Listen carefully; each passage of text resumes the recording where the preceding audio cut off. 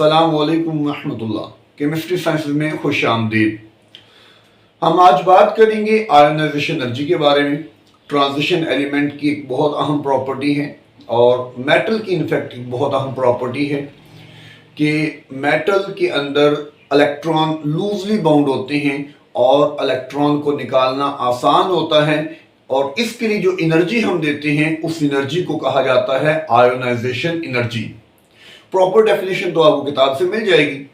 हम इसको समझने की कोशिश करते हैं एक इक्वेशन के फॉर्म में कि लेट्स से कि हमारे पास एक एटम है और वो एटम इस वक्त गैस की फॉर्म में है, गैसियस एटम है, लिक्विड या सॉलिड एटम नहीं लेना, गैसियस एटम है और इसको कुछ एनर्जी प्रोवाइड की जाती है और वो एनर्जी ये एटम एब्जॉर्ब कर लेता है। तो जब एटम एनर्जी एब्जॉर्ब करेगा तो उस एनर्जी की मदद से न्यूक्लियस और इलेक्ट्रॉन के दरमियान जो फोर्स है उसको ब्रेक किया जाएगा और उसके नतीजे में एटम में से इलेक्ट्रॉन रिलीज हो जाएगा, निकल जाएगा, और ये जो एनर्जी है जो हमने इस इलेक्ट्रॉन को निकालने के लिए गैसियस एटम को दी है, इस एनर्जी को हम कहेंगे आयोनाइजेशन एनर्जी। इसमें डेफिनेशन के अंदर एक वर्ड लिखा होता है the minimum amount of energy, और इसमें कंफ्यूजन भी आती है कि मिनिमम कहने की क्या जरूरत है। तो याद रखना चाहिए कि एटम के अंदर इलेक्ट्रॉन एक हो सकते हैं या एक से ज्यादा भी हो सकते हैं। तो हर इलेक्ट्रॉन की अपनी एक फोर्स ऑफ अट्रैक्शन होती है न्यूक्लियस के साथ, कुछ स्ट्रांगली बाउंड होते हैं और कुछ वीकली बाउंड होते हैं। तो जब एनर्जी प्रोवाइड की जाएगी तो वो इलेक्ट्रॉन सबसे पहले उस एनर्जी को यूज करते हुए, एब्जॉर्ब करते हुए वहां से निकलेगा जो सबसे कम फोर्स ऑफ अट्रैक्शन के साथ बाउंड है। तो इसलिए कहा जाता है मिनिमम अमाउंट ऑफ एनर्जी। अगर इससे ज्यादा एनर्जी देंगे तो दूसरे इलेक्ट्रॉन भी निकलेंगे, जैसा कि सेकंड आयोनाइजेशन एनर्जी में देखा जाता है या थर्ड आयोनाइजेशन एनर्जी में या फोर्थ आयोनाइजेशन एनर्जी में देखा जाता है। ट्रांजिशन एलिमेंट के हवाले से अब हम इसमें ट्रेंड्स को स्टडी करते हैं कि वो किस तरह से वेरी करती है along the series and along the groups. पहले बात करते हैं सीरीज के अंदर कि सीरीज के अंदर ट्रांजिशन एलिमेंट की आयोनाइजेशन एनर्जी कैसे वेरी करती है।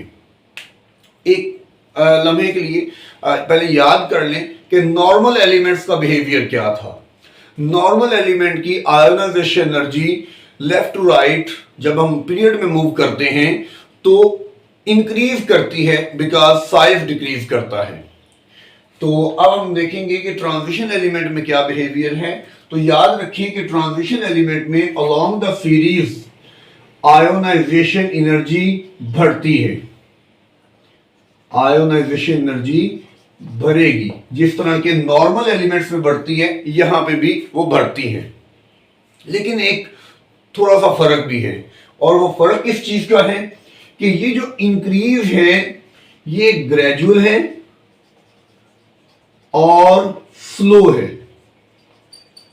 ये कोई इतना बड़ा इंक्रीज नहीं होता, बहुत कम इसमें फर्क पड़ता है। फॉर एग्जाम्पल अगर मैं 3D सीरीज की बात करूं तो 3D सीरीज में स्कैंडियम से शुरू होकर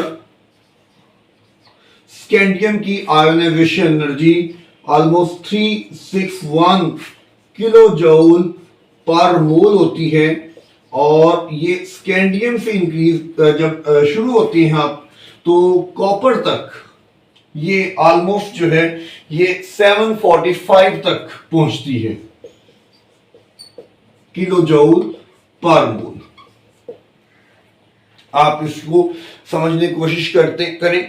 अगर आप इसको कंपेयर करें नॉर्मल एलिमेंट्स के साथ तो जो लिथियम है, लिथियम की 520 किलो जूल पर मोल है, और नाइट्रोजन की जो आयोनाइजेशन एनर्जी है वो 1400 किलो जूल पर मोल है। तो 500 से 1400 चंद एलिमेंट के फासले पे 3 से 7 तक। लिथियम का नंबर 3 है, नाइट्रोजन का नंबर 7 है। तो 4 एलिमेंट के अंदर 500 से 1400 तक पहुंच गई है। और यहां नोट करें कि स्कैंडियम एटॉमिक नंबर 21 से कॉपर एटॉमिक नंबर 29 तक, और इंक्रीज नोट कर लें कि 631 से ये इंक्रीज करता है और 745 पे पहुंचता है। तो इंक्रीज तो है, लेकिन इंक्रीज जो है वो ग्रेजुअल है, आहिस्ता होता है, स्लो होता है। इसको हम यहां एक्सप्लेन करते हैं कि आखिर ऐसा क्यों हो रहा है। तो नोट करें, हमने साइज में दो चीजों की बात की थी। एक, साइज को इफेक्ट करते हैं along the series number of protons, और दूसरी जो चीज है वो है शील्डिंग इफेक्ट। ये दो चीजें साइज पे अपना असर डालती हैं। नंबर ऑफ प्रोटॉन ये चाहते हैं कि साइज डिक्रीज करें, यानी नंबर ऑफ प्रोटॉन जब सीरीज में इंक्रीज करते हैं तो न्यूक्लियस की इलेक्ट्रॉन पे अट्रैक्शन इंक्रीज करती है, और वो चाहता है कि साइज डिक्रीज करता जाए। और दूसरी तरफ शील्डिंग इफेक्ट ये चाहता है कि साइज इंक्रीज करे, ये इलेक्ट्रॉन को दूर करना चाहता है और न्यूक्लियस की इलेक्ट्रॉन पे फोर्स ऑफ अट्रैक्शन को कमजोर करता है। ऑब्वियसली अगर साइज कम होगा, स्ट्रॉन्ग फोर्स होगी, आयोनाइजेशन एनर्जी ज्यादा होगी। साइज ज्यादा होगा, फोर्स वीक हो जाएगी और आयोनाइजेशन एनर्जी कम हो जाएगी। तो देखने में ये आता है कि नंबर ऑफ प्रोटॉन यहां पे अपना काम बड़ा इफेक्टिवली करते हैं, और साइज को डिक्रीज करने की जो कोशिश है वो शुरू पे कामयाब भी होती है, और उस वजह से न्यूक्लियस की इलेक्ट्रॉन पे अट्रैक्शन ग्रिप पर करती है, स्ट्रांग होती है, तो इलेक्ट्रॉन को निकालने में फिर ज्यादा एनर्जी जो है वो रिक्वायर होती है। लेकिन वहीं पे जो शील्डिंग इफेक्ट अमल करता है, शील्डिंग इफेक्ट ये चाहता है कि इलेक्ट्रॉन पर न्यूक्लियस की अट्रैक्शन जो है वो कमजोर पड़ जाए। तो इस वजह से ये दोनों फैक्टर जब आप इकट्ठे करके देखते हैं तो नजर ये आता है कि प्रोटॉन अपना काम करने में कामयाब तो हो जाते हैं, लेकिन शील्डिंग इफेक्ट की वजह से वो काम इतना इफेक्टिव नहीं रहता, यानी कि जो स्ट्रेंथ है वो उतनी स्ट्रांग नहीं हो पाती, और आयोनाइजेशन एनर्जी जो है वो उतनी ज्यादा नहीं बढ़ती जितनी कि हम एक्सपेक्ट कर रहे होते हैं कि बढ़नी चाहिए। जैसा कि नॉर्मल एलिमेंट्स में हमें नजर आता है कि आयोनाइजेशन एनर्जी जो है वो बहुत ज्यादा बढ़ती है, यहां पे वो देखने में नहीं आता। तो अगेन यहाँ पे जो शील्डिंग इफेक्ट है वो अपना रोल प्ले करता है, और इस शील्डिंग इफेक्ट की वजह से आयोनाइजेशन एनर्जी में जो इंक्रीज होता है वो इतना एब्रप्ट नहीं होता, इतना जल्दी नहीं होता, बहुत स्लो होता है। फाइनली मैंने यहाँ पे अगर आप नोट करें, मैंने जिंक को छोड़ दिया है। तो जिंक जो है वो समथिंग वो एब्रप्ट चेंज शो कर रहा है, और वो किस तरह से है कि जिंक जो है इसकी ionisation energy 906 kilo joule per मोल है। और ये एक कंफ्यूजन हो सकती है कि जिंक जो है, अगर साइज की बात कर रहे हैं तो जिंक में तो साइज बढ़ता है, तो साइज बढ़ता है तो आयोनाइजेशन एनर्जी तो कम होनी चाहिए।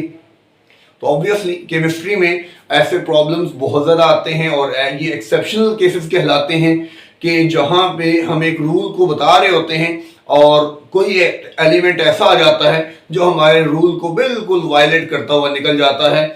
तो जिंक में मामला डिफरेंट है, और वो मामला कैसे डिफरेंट है कि जिंक के अंदर अगर आप जिंक की कॉन्फ़िगरेशन को याद करें, atomic number 30, argon atomic number 18 तक, उसके बाद 4s2 और 3d10। तो आप नोट करें ये 30 इलेक्ट्रॉन मैंने पूरे कर दिए हैं, और यहां सारे के सारे इलेक्ट्रॉन पेयर्ड हैं। तो बिकॉज ऑफ पेयर्ड इलेक्ट्रॉन्स, सारे जो इलेक्ट्रॉन आप इसमें देखेंगे वो पेयर्ड हैं, कोई भी अनपेयर्ड इलेक्ट्रॉन नहीं है, तो ये स्टेबिलिटी शो करता है। और ऐसा बिहेवियर हमने पहले भी देखा है। अगर नॉर्मल एलिमेंट्स की बात की जाए तो ग्रुप सेकंड ए और थर्ड ए के अंदर ये बिहेवियर देखने में आता है। हम जानते हैं कि लेफ्ट राइट जब बढ़ती है आयोनाइजेशन एनर्जी, तो इसका मतलब है कि थर्ड ए की आयोनाइजेशन एनर्जी जो है, जो कि वो राइट साइड पे है, तो थर्ड ए की आयोनाइजेशन एनर्जी जो है वो सेकंड ए से ज्यादा होनी चाहिए, लेकिन एक्चुअली कम होती है। और क्यों कम होती है, उसकी वजह ये है कि थर्ड ए का जो इलेक्ट्रॉन है वो अनपेयर होता है और जो सेकंड ए के इलेक्ट्रॉन है जिन्होंने निकलना होता है वो पेयर्ड होते हैं। तो इलेक्ट्रॉन का पेयर्ड होना जो स्टेबिलिटी देता है एटम को, वही इफेक्ट जो है वो यहां पे भी लग रहा है। तो जिंक के अंदर पर्टिकुलरली ये चीज इंपॉर्टेंट है, और सिर्फ जिंक नहीं बल्कि जिंक के पूरे ग्रुप में जो है ये चीज देखने में आती है, जिंक, कैडमियम और मरकरी, कि वो ये स्टेबिलिटी शो करते हैं और इस ग्रुप की आयोनाइजेशन एनर्जी जो है वो बाकी जो ग्रुप्स हैं, बाकी जो ट्रांजिशन एलिमेंट्स हैं उनकी निस्बत काफी ज्यादा होती है। तो ये बात क्लियर कर लें कि जिंक को अगर आप स्किप करेंगे तो ये आप के रूल को फॉलो कर ही नहीं ना, स्किप तो करना पड़ेगा।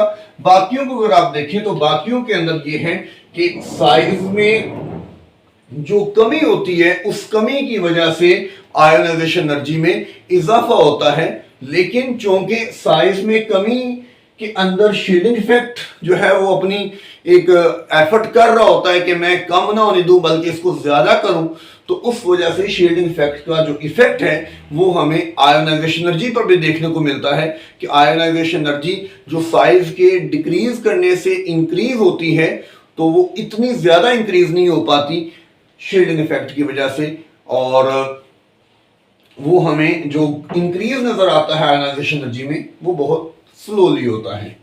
तो अब हम बात करेंगे आगे ग्रुप के अंदर आयोनाइजेशन एनर्जी कैसे वेरी कर रही है। तो यहां एक प्रॉब्लम है with respect to the normal elements. Normal element में हमने ये कहा था कि ग्रुप के अंदर top to bottom ionisation energy कम होती है बिकॉज साइज इंक्रीज करता है इस वजह से। लेकिन यहां क्या है, यहां हमने देखा था कि साइज जो है वो 3D से 4D पे इंक्रीज करता है और 4D से 5D पर साइज जो है वो कांस्टेंट हो जाता है वो कांस्टेंट हो जाता है। तो यहां पे उसका इफेक्ट आयोनाइजेशन एनर्जी पे क्या पड़ता है, वो ये है कि आयोनाइजेशन एनर्जी वहां पे भी इंक्रीज कर रही थी, वो यहां पे भी इंक्रीज करती है। आयोनाइजेशन एनर्जी यहां पे भी इंक्रीज करती हैं सवाए थर्ड बी के, जो कि स्कैंडियम, इट्रियम और लेंथियम 21, 39 और 57। इन तीन एलिमेंट्स के अलावा इस ग्रुप के अलावा इस ग्रुप के अंदर जैसा कि नॉर्मल एलिमेंट में होता है ionization energy top to bottom decrease करती है, लेकिन इस ग्रुप के बाद यहां पे हमें एबनॉर्मलिटी देखने को मिलती है। और वो एबनॉर्मलिटी किस वजह से है, वो एबनॉर्मलिटी डी ऑर्बिटल इलेक्ट्रॉन की वजह से या एफ ऑर्बिटल इलेक्ट्रॉन, इनफैक्ट लैंथियम के बाद जब आप मूव करेंगे तो हॉफनियम आएगा, तो उसमें आप देखेंगे पहले 4f के इलेक्ट्रॉन आ चुके हैं। तो यहां पे क्या है कि यहां पे जो 3D सीरीज है या 4D सीरीज है या 5D सीरीज है, तो डाउन द ग्रुप यहां पे जो D इलेक्ट्रॉन है या F इलेक्ट्रॉन है, इनका shielding effect comparative to the P and S orbital वो कमजोर होता है।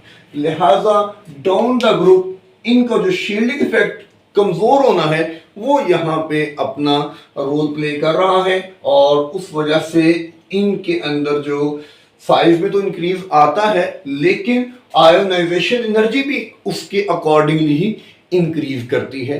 अट्रैक्टिव फोर्स जो है वो स्ट्रांग होती है और because of strong attractive force ionization energy जो है वो इंक्रीज करती है। तो इनको याद रखिएगा, डी और एफ इलेक्ट्रॉन्स ऑर्बिटल की जो इलेक्ट्रॉन होते हैं they have week shielding effect. Shielding effect इनका होता तो है, अमल भी करता है, जैसा कि हमने सीरीज के अंदर उसको अमल करते हुए देखा है, लेकिन ये भी बात एक फैक्ट है कि वो शील्डिंग इफेक्ट इतना स्ट्रांग नहीं है, वो शील्डिंग इफेक्ट कमजोर होता है। दैट इज वाई कि डाउन द ग्रुप मूव करते हुए वो अपना अमल जब दिखाता है तो वो अमल यही दिखाता है कि वो पूरी तरह से जो है वो इलेक्ट्रॉन को स्क्रीन नहीं कर पाता, बाहर वाले इलेक्ट्रॉन को पूरी तरह से न्यूक्लियस से दूर करने से नाकाम रहता है, और उसके नतीजे में जो फोर्स ऑफ अट्रैक्शन होती है वो फोर्स ऑफ अट्रैक्शन ज्यादा होती है, और फोर्स ऑफ अट्रैक्शन ज्यादा होने की नतीजे में आयोनाइजेशन एनर्जी भी बढ़ती है। और ये जो फैक्ट है ये 5D में तो बहुत ही ज्यादा जो है वो वाज़ेह हो जाता है।